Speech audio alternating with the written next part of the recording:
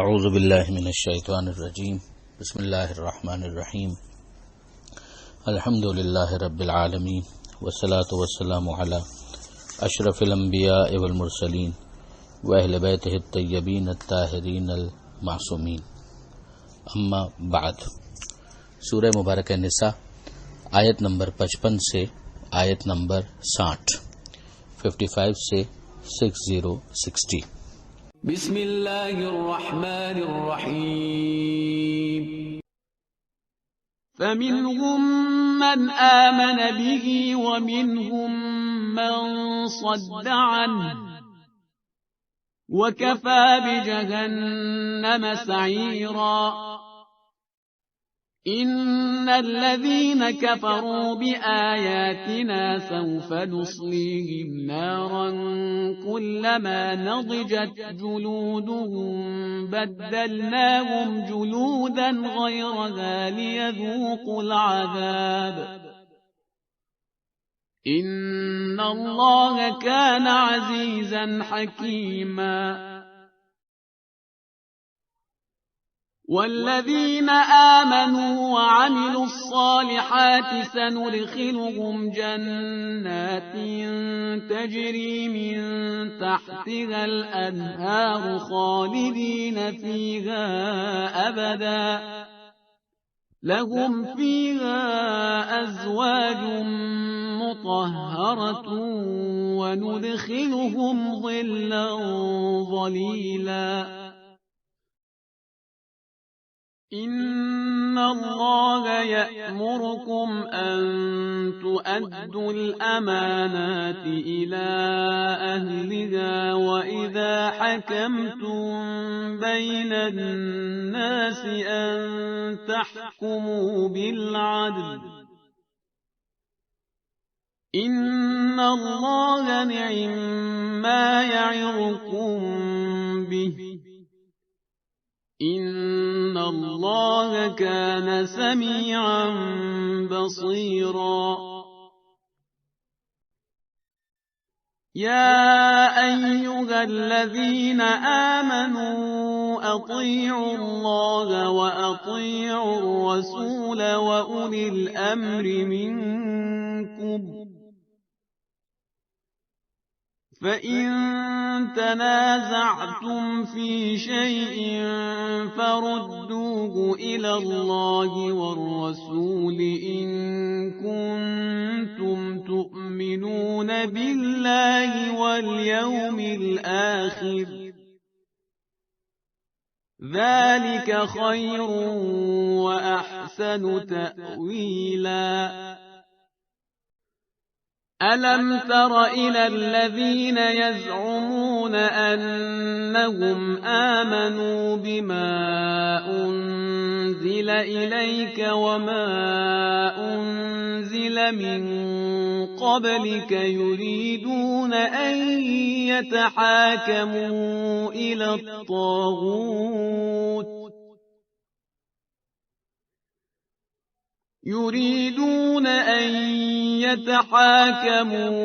إلى الطاغوت وقد أمروا أن يكفروا به ويريد الشيطان أن يضلهم ضلالا بعيدا۔ گزشتہ سے پیوستہ پروردگار عالم نے آل ابراہیم کے حوالے سے یہ اعلان کیا تھا کہ انہیں اللہ نے کتاب بھی دی، حکمت بھی دی اور ملک عظیم بھی عطا کیا، اور اس ملک عظیم کو الگ سے مینشن بھی کیا، اور اس کے حوالے سے یہ بھی بتایا گیا کہ کیا یہ لوگ ان سے حسد کرتے ہیں، ام یحسدون الناس علی ما آتاہم اللہ، اس پر کہ جو اللہ نے انہیں عطا کیا ہے اپنے فضل سے۔ اب آگے جو اس صفحے پر پہلی آیت ہے وہ اسی کے ساتھ لنکڈ ہے کہ پروردگار فرماتا ہے کہ فمنہم من آمن بہ ومنہم من صد عنہ، تو ان میں سے کوئی اس پر ایمان لایا اور ان میں سے کوئی اس سے روگردان ہو گیا۔ وکفی بجہنم سعیرا، اور دوزخ سے بڑھ کر کون سی آگ ہوگی۔ اب اس کا سادہ سا مطلب یہ ہے کہ خدا جسے اقتدار عطا کرتا ہے اس میں اس کا لحاظ نہیں ہوتا کہ کون مانتا ہے اور کون نہیں مانتا۔ چنانچہ آل ابراہیم کو خدا نے اپنی طرف سے اقتدار عطا کیا، اب یہ لوگوں پر ہے کہ کوئی مانتا ہے اور کوئی نہیں مانتا. جس نے نہیں مانا اس کے نہ ماننے سے ان کے اقتدار پر کوئی حرف نہیں آتا.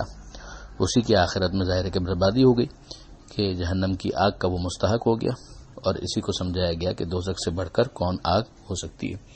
ان پرنسپل انسان کو پیدا کیا گیا ہے عبادت کے لیے، جیسا کہ سورہ ذاریات کے اندر اعلان ہوا. اور بہت سے ہیں وہ عبادت نہیں کرتے، تو اس سے جو منشاء پروردگار ہے اس کو تو کوئی نقصان نہیں پہنچتا. یہ لوگ اس مقصد کو پورا نہ کر کے اپنا نقصان کر رہے ہیں. رسول کو بھیجا گیا، اور اس وقت اکثریت آج بھی اس دنیا کے اندر رسول اللہ صلی اللہ علیہ وآلہ وسلم کو نہیں مانتے، تو ان کے نہ ماننے سے ان کی رسالت کو کوئی صدمہ نہیں پہنچتا. وہ نہ مان کر خود مجرم قرار پائیں گے جو جانتے بوجھتے نہیں مان رہے. یہی معاملہ آل ابراہیم کا بھی ہے، جو بالآخر آل محمد صلی اللہ علیہ وآلہ وسلم کی صورت میں بعد میں ہمارے سامنے ہے، اور آج بھی اس کا مصداق امام زمانہ کی صورت میں موجود ہے. اب اس کے بعد جو اگلی آیت ہے اس کے اندر پروردگار عالم نے ارشاد فرمایا کہ ان الذین کفروا، یقیناً وہ لوگ کہ جنہوں نے کفر کو اختیار کیا. کس چیز کا انکار کیا انہوں نے؟ کفر کس چیز کا کیا؟ بے آیاتنا، ہماری آیتوں کا، نشانیوں کا. سوف نصلیہم نارا، ان کو ہم عنقریب جہنم کی آگ میں جلائیں گے. کلما نضجت جلودہم، جب ان کی کھالیں گل جائیں گی، ان کی سکن، ان کی جلد، تو بدلناہم جلودن غیرہا، ہم بدل دیں گے ان کی جلدوں کو دوسری جلد سے. ظاہر ہے کہ جلد یا سکن جو ہے وہ ایک ٹول ہے اذیت پہنچانے کے لیے، پنشمنٹ دینے کے لیے، تاکہ وہ شخص جو ہے وہ عذاب کو چکھے. لیذوق العذاب ان اللہ کان عزیزا حکیما، یقیناً اللہ عزیز ہے اور حکیم ہے. عزیز ہے زبردست، صاحب اقتدار، شکست ناپذیر اور حکمت والا بھی ہے. اس کے مقابلے میں جو سائملٹینیس کانٹراسٹ ہے اس کے لیے ارشاد ہوا والذین آمنوا، وہ جنہوں نے ایمان اختیار کیا، وعملوا الصالحات، اور جنہوں نے اچھے اعمال کو انجام دیا، سندخلہم جنات، ان کو ہم داخل کریں گے ان باغات میں، جنتوں میں، تجری من تحتها الانہار، جس کے نیچے سے نہریں بہ رہی ہیں، خالدین فیہا ابدا، جس میں یہ ہمیشہ ہمیشہ رہیں گے. لہم فیہا ازواج مطہرہ، ان کے لیے پاکیزہ جوڑے ہوں گے وہاں پر، کپلز ان کے پیئرز ہوں گے. وندخلہم ظلا ظلیلا، اور وہاں پر ان کو داخل کریں گے ہم کہ جہاں پر محفوظ سائے ہوں گے. اگلی آیت کے اندر پروردگار عالم نے ارشاد فرمایا کہ اللہ یقیناً حکم دیتا ہے تم کو، یأمرکم ان تؤدوا الامانات الی اہلہا، کہ تم امانتوں کو اس کے اہل تک پہنچا دو. اب ظاہر ہے کہ امانت کا مصداق وہ مال بھی ہے جو کبھی مالک حفاظت کے لیے دوسروں کے پاس رکھا دیتا ہے، اور وہ ذمہ داریاں بھی ہیں جو کسی معاہدے، ایگریمنٹ یا ذاتی حق سے کسی دوسرے کے لیے اپنے اوپر عائد ہوں. اور ظاہر ہے کہ اس میں سب سے اہم تو اللہ کے طرف کے احکام ہیں، وہ اوامر، وہ نواہی، وہ ڈوز اینڈ ڈونٹس کہ جن کی تعمیل ضروری ہے. اس سے عہدہ برا ہونا امانت داری کا بہت اہم جز ہے. اور پھر اسی کے اندر یہ بھی داخل ہے کہ اگر پروردگار عالم نے کسی کی بیعت کروائی ہے تو پھر اس کو بھی انسان پورا کرے. یہ بھی ایک وعدہ اور یہ ایک عہد اور یہ ایک پیکٹ ہے پروردگار عالم کی طرف سے. تو یہاں پر ارشاد ہو رہا ہے کہ جب اللہ کی طرف سے یہ حکم ہے کہ تم امانت کو اس کے اہل تک پہنچاؤ. وَإِذَا حَكَمْتُمْ بَيْنَ النَّاسِ، اور جب لوگوں کے درمیان فیصلہ کرو، أَن تَحْكُمُوا بِالْعَدْلِ، تو تم عدل کے ساتھ فیصلہ کرو. خامخواہ کے تعصب کی وجہ سے، عصبیت کی وجہ سے ایک نظریہ جو ذہن کے اندر کسی نے بٹھا دیا، چاہے اس کی کوئی دلیل نہ ہو، کوئی جسٹیفیکیشن نہ ہو، مگر اسی کو اب قبول کرنا یہ اچھی چیز نہیں ہے. انسان کے ذہن کو اتنا کھلا ہونا چاہیے کہ وہ مختلف افراد کی باتوں کو سن کر صحیح طریقے سے عدل کے مطابق فیصلہ کر سکے اور ظلم نہ کرے. اب اس کے اندر ہمیں یہ بھی نظر آتا ہے کہ پروردگار عالم نے سورہ زمر میں یہ ارشاد فرمایا کہ بشارت ان بندوں کے لیے یستمعون القول فیتبعون احسنہ، جو مختلف باتوں کو بہت توجہ کے ساتھ سنتے ہیں اور جو اس میں سے دی بیسٹ یا بہترین ہوتا ہے اس کو وہ پک اینڈ چوز کرتے ہیں اور اس کو فالو کرتے ہیں. تو یہاں پر بھی پروردگار عالم نے عدل کی بات کی ہے کہ عدل کے مطابق فیصلہ کرو. ان اللہ نعم ما یعظکم بہ، اللہ تمہیں یقیناً کتنی اچھی نصیحت کرتا ہے. یقیناً اللہ سمیع بصیرہ، سننے والا ہے اور دیکھنے والا ہے. اب جو اگلی آیت ہے اس میں ارشاد ہوتا ہے یا ایھا الذین آمنو، اے ایمان لانے والوں، اطیعوا اللہ و اطیعوا الرسول، اطاعت کرو اللہ کی اور اطاعت کرو رسول کی و اولي الامر منکم، اور ان کی جو تم میں حکومت کے حقدار ہیں، فرما روائی کے حقدار ہیں۔ ظاہر ہے کہ جھوٹا اگر کوئی دعوی رسالت کر لے تو وہ یہاں پر رسول یا الرسول کا مصداق نہیں ہو سکتا۔ اسی طریقے سے اگر کوئی اقتدار پر قبضہ کر لے تو وہ اولی الامر کا مصداق نہیں ہو پائے گا، بلکہ ایک ایسی اطاعت کہ جو ایبسولوٹ اوبیڈینس، ایبسولوٹ اطاعت کہ جس کے اندر کوئی کنڈیشن بھی نہ ہو، یہ اسی کی ہو سکتی ہے جو معصوم ہو۔ جیسے کہ ہم جانتے ہیں کہ اللہ کوئی غلطی کا امکان ہے ہی نہیں، وہ تو پروردگار، وہ بے عیب، اور پھر اس کی طرف سے الرسول، یہ نبی آخر الزمان صلی اللہ علیہ وآلہ وسلم جن کی عصمت ہر اعتبار سے مسلم ہے، اور پھر انہی کی طرف سے معین کردہ وہ افراد وہ اولی الامر منکم کہ جن کا اعلان پیغمبر اکرم نے کیا تھا۔ اب یہاں پر غور طلب بات یہ ہے کہ اس میں ظاہر ہے کہ اولی الامر کی تفسیر کے حوالے سے ایک نظریہ برادران اہل سنت کا ہے، ایک نظریہ شیعوں کا ہے۔ شیعوں کا نظریہ اس کے اندر بہت واضح ہے، ابھی میں نے عرض کیا کہ مطلق اطاعت کا مطلب ہی یہ ہے کہ جس کی اطاعت کا حکم دیا جا رہا ہے اس کا کوئی حکم قرآن اور سنت اور پیغمبر اکرم کے منشا کے خلاف نہیں ہو سکتا۔ یہ ہمارے نزدیک وہی ائمہ اہل بیت ہیں، وہی 12 امام کہ جن کے اندر پہلے حضرت علی علیہ السلام ہے اور آخری امام مہدی صاحب الزمان علیہ السلام۔